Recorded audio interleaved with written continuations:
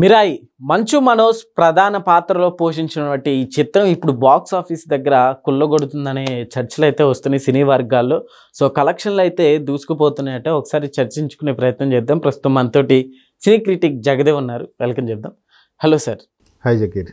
Sir, Teja Sajja హీరోగా నటించిన ఇప్పుడు ఈ మూవీ బాక్స్ ఆఫీస్ వద్ద కుల్లగొడుతుందట. ఎలా ఉంది సార్? తేజ సజ్జాకి మరొక బ్లాక్ బాస్టర్ ఆయన ఖాతాలో చేరిందని చెప్పాలి. మొన్న మనం రివ్యూ గురించి కూడా మాట్లాడుకున్నాం. సినిమా చెప్పాను నేను, బాగుంది, విజువల్ ఎఫెక్ట్స్ బాగున్నాయి, వాళ్ళ పర్ఫార్మెన్స్ బాగుంది, హీరోకి ఎలివేషన్ తీసుకునే విధంగా విలన్ కూడా క్యారెక్టర్ అక్కడ పెట్టడం జరిగింది. విలన్ మంచు మనోజ్. మంచు మనోజ్ ఎట్లాంటి ఎక్స్ట్రాడినరీ యాక్టర్, నిజంగా మంచి యాక్టర్. బట్ ఆయన పర్సనల్ లైఫ్ డిస్టర్బ్ అవ్వడము, లేదంటే ఫ్యామిలీ లైఫ్ డిస్టర్బ్ అవ్వడము, మొత్తానికి ఎందుకో వెండితెరకి కాస్త దూరం అయ్యాడు, మరలా పుంజుకున్నాడు ఆయన. ఎందుకంటే highly risky shots, risky fights చేసే విధంగా కూడా ఆయన చాలా చేశాడు. వేదంలో చాలా ఒరిజినల్గా చేశాడు ఫైట్స్ కూడా. మీరు బన్నీ క్రిష్ గారి సినిమా అయితే అటువంటి మిరాయికి ఎటువంటి ప్రేక్షక, అంటే జనరల్గా నాకు ఏ సినిమా అయినా వాళ్ళు పడే కష్టాన్ని బట్టి నేను ఆలోచించి చూస్తాను. అలా చూసేటప్పుడు ఎంత సింపుల్ థాట్ని ఎంత బాగా తీశారు, ఎంత బాగా ఎలివేట్ చేశారు, బాగుంది టేకింగ్, నెరేషన్ బాగుందని అనుకుంటాను తప్ప లోపాలని చెప్పే ప్రయత్నం చేయను. ఎందుకంటే మనిషి అన్నాక అందరికీ అన్ని కళలు రావాలని లేదు, అంత నిష్ణాతుడు అవ్వాలని లేదు. Course captain of the ship అంటే సినిమాకి దర్శకుడే కెప్టెన్ కాబట్టి కెప్టెన్కి 24 క్రాఫ్ట్స్ మీద కూడా అవగాహన ఉండాలి, ఉంటుంది కూడా. అది చిన్న చిన్న మోతాదుల్లో తేడా ఉంటుంది. బట్ కింద స్థాయి వ్యక్తుడికి పని పురమాయించినప్పుడు వాడు సరిగ్గా సక్రమంగా పూర్తి చేసుకోరాకపోతే కెప్టెన్ని అనేస్తాం. ఒకవేళ వాడు కరెక్ట్గా చేస్తే కెప్టెన్ని అంటాం బాగుందని. బాగున్నా ఇప్పుడు మీరు అబ్జర్వ్ చేయండి, ప్రస్తుత ఇండస్ట్రీ అంతా కూడా హీరో ఓరియంటెడ్ ఇండస్ట్రీ అయిపోయింది.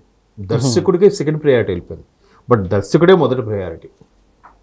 ఫస్ట్ ప్రొడ్యూసర్, సెకండ్ దర్శకుడు, థర్డ్ హీరో. బట్ రివర్స్ అయిపోయింది. ప్రొడ్యూసర్ కూడా ఎవరికి తెలియదు, హీరోనే.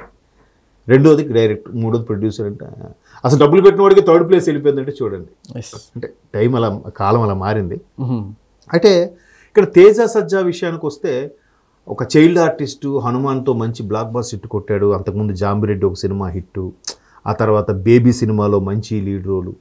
అదే బాగుంది అనుకున్నా కానీ ఇట్లా స్టార్ ఇమేజ్తో హీరో అవుతాడు అన్నట్టుగా ఎక్స్పెక్ట్ చేయలేదు. ఆ ఎక్స్పెక్టేషన్ నిలబెట్టుకున్నాడు ఆయన. హనుమాన్ మీద వచ్చిన ఎక్స్పెక్టేషన్ నిలబెట్టుకోబట్టే ఈరోజు మిరాయికి ఆ స్థాయి కలెక్షన్స్. ఇంకోటి ఏంటంటే, ఒకే రకమైన ఫాంటసీ ఏదంటూ ఒక రకరకాల శక్తులు వచ్చే సినిమాని మళ్ళీ మళ్ళీ యాక్సెప్ట్ చేయాలన్నా కూడా ధైర్యం ఉండాలి. అరే ఈడు అన్ని అలాంటి సినిమాలు తీస్తున్నారా అని ఒక ముద్ర వేసేస్తారు మన దగ్గర. అదొక ప్రాబ్లం.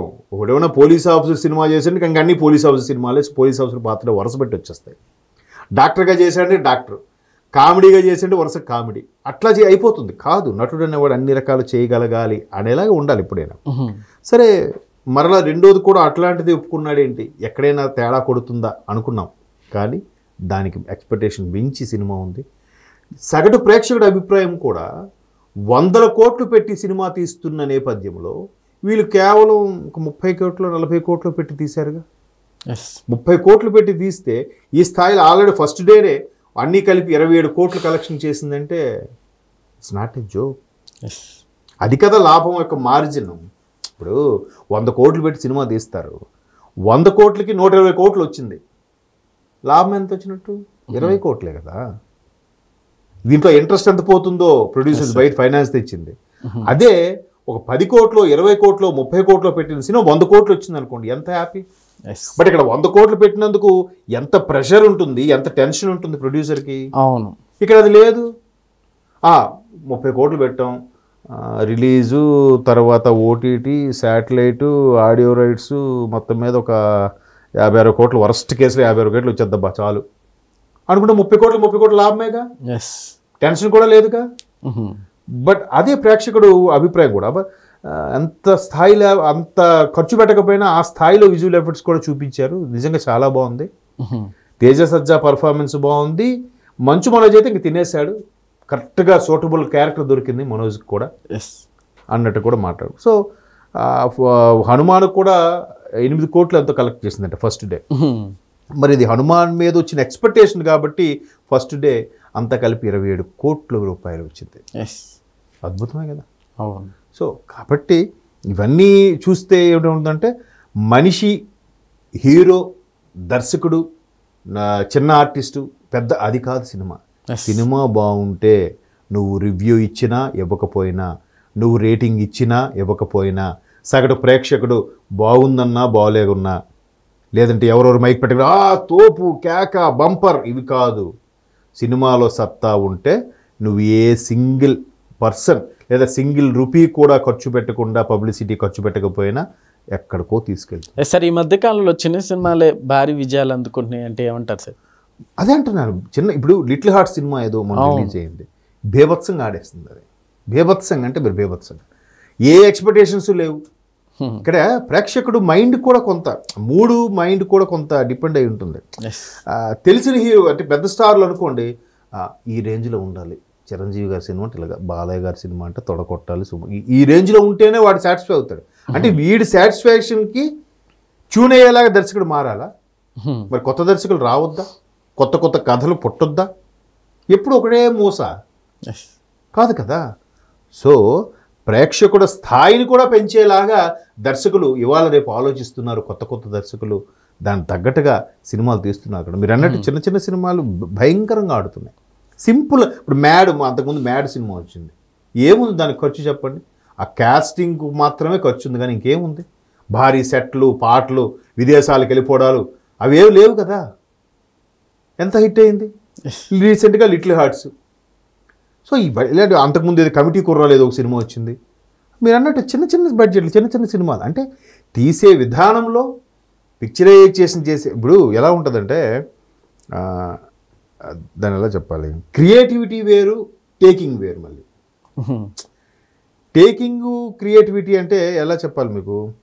ఆ క్రియేటివిటీ అనుకోండి, అంతవరకు చూడని దాన్ని ఒక భలే క్రియేట్ చేసి పెట్టాడే సీను అనిపిస్తుంది. టేకింగ్ ఏంటంటే ఉన్న స్టోరీలు చాలా ఉంటాయి. ఒక లవ్ స్టోరీలు ఒక 1000 సినిమాలు వచ్చి ఉంటాయి, ఫ్యాక్షనిజం స్టోరీలు ఒక 100 సినిమాలు వచ్చి ఉంటాయి. కానీ అక్కడ టేకింగ్ అంటే హీరో ఎలివేషన్ ఎలా చూపించాడు, ఎలా చేశాడు అనేది హైలైట్. ఇప్పుడు రీసెంట్గా యానిమల్ వచ్చింది. యానిమల్ సినిమా గురించి చాలామంది తిట్టుకున్న వాళ్ళు ఉన్నారు, చాలామంది పొగిడిన వాళ్ళు ఉన్నారు, చాలామంది అరే ఇలాంటి థాట్ చూసిన విమర్శించే వాళ్ళు కూడా ఉన్నారు. ఇప్పుడు ఒక సీన్ ఉంటుంది కాలేజీలో, మా అక్కని ఎవడో ర్యాగింగ్ చేసి ఎవడో ఏడిపించాడు అంటే, పోరా నువ్వు ఎవడు చెప్తాడు, నువ్వు జూనియర్ నువ్వు మాట్లాడేదేంటి, మీ అక్కే జూనియర్ నువ్వు మాట్లాడేదంటే అని హవాయాల్లో మాట్లాడతాడు.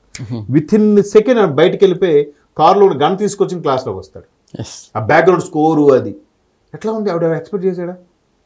అంటే మితిమీరిన సాహసమే ఒక డబ్బున్నోడికి ఉండాల్సిన బలుపులాగానే చూపించాడు. కానీ బయట కూడా అలా ఉన్నాయి కదా.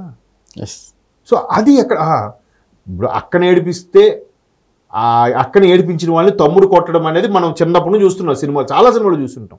బట్ ఈ టైప్ అయిన ట్రీట్మెంట్ చూసారా, అదే టేకింగ్ అంటే కదా. కాబట్టి మీరు అన్నట్టు చిన్న సినిమాలు బాగా ఆడుతున్నాయంటే, చిన్న సినిమాలు ఒకటి రిస్క్ ఫ్యాక్టర్ తక్కువ, రెండోది కొత్తగా నెరేట్ చేయడము, టేకింగ్ డిఫరెంట్గా ఉండడం. ఇప్పుడు అదే చెప్తున్నాను కదా, మ్యాడ్ కూడా చూడండి, నవ్వామంటే నెక్స్ట్ డేలా మిస్ అయిపోతాం. జోక్ మీద జోక్ పడిపోతూ ఉంటుంది అలాగా. సో కాబట్టి మరొకసారి తేజ సజ్జాకు ఒక బ్లాక్ బాస్టర్, మంచు మనోజ్ కెరియర్కి కూడా ఒక మంచి బ్లాక్ బాస్టర్ అనే చెప్పాలి ఇది. నెక్స్ట్ మన ఒక ప్రకాష్ రాజు, ఒక జగత్ బాబు రేంజ్లో మనోజ్ గారు హైలైట్ అవుతారేమో అని నాకు అనిపిస్తుంది. సో మొత్తానికి ఫస్ట్ డే కలెక్షన్స్ మీరు అన్నట్టు చిన్న సినిమాగా వచ్చిన, బట్ హీరో ఆల్రెడీ ఎస్టాబ్లిష్ అయిపోయిన హీరోగా చెప్పాలి, మనం ఎస్టాబ్లిష్ అయిన విలన్గానే చెప్పుకోవాలి. ఖచ్చితంగా అటువంటివి ఎంకరేజ్ చేస్తేనే ఆ ప్రొడ్యూసర్కి 4 డబ్బులు వస్తే మరో 10 సినిమాలు తీస్తాడండి, మరో 10 మంది బతుకుతారు. Okay sir, thank you.